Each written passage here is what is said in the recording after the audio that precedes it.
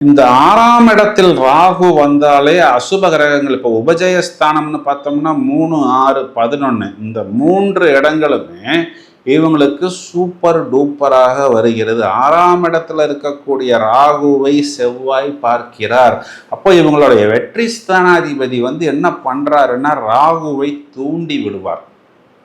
எப்படி தூண்டுவாருன்னா, கன்னிராசிக்காரர் சம்பாதிச்சது பத்தலை, நீ இவ்வளவுதான் கொண்டு வந்திருக்க, அவருக்கு அவ்வளோ கடன் இருக்கு பிரதர், மேலும் மேலும் நிறைய வாய்ப்புகளையும் நிறைய சந்தர்ப்பங்களையும் நிறைய வாடிக்கையாளர்களையும் நிறைய டெக்னாலஜியையும் நீ இவர் பக்கம் இழுத்து வா ஈர்த்து வா அப்படின்னு சொல்லி கூட்டமாக மக்களை கூட்டி கொண்டு வருவார். உங்களை தூங்க விட மாட்டார்.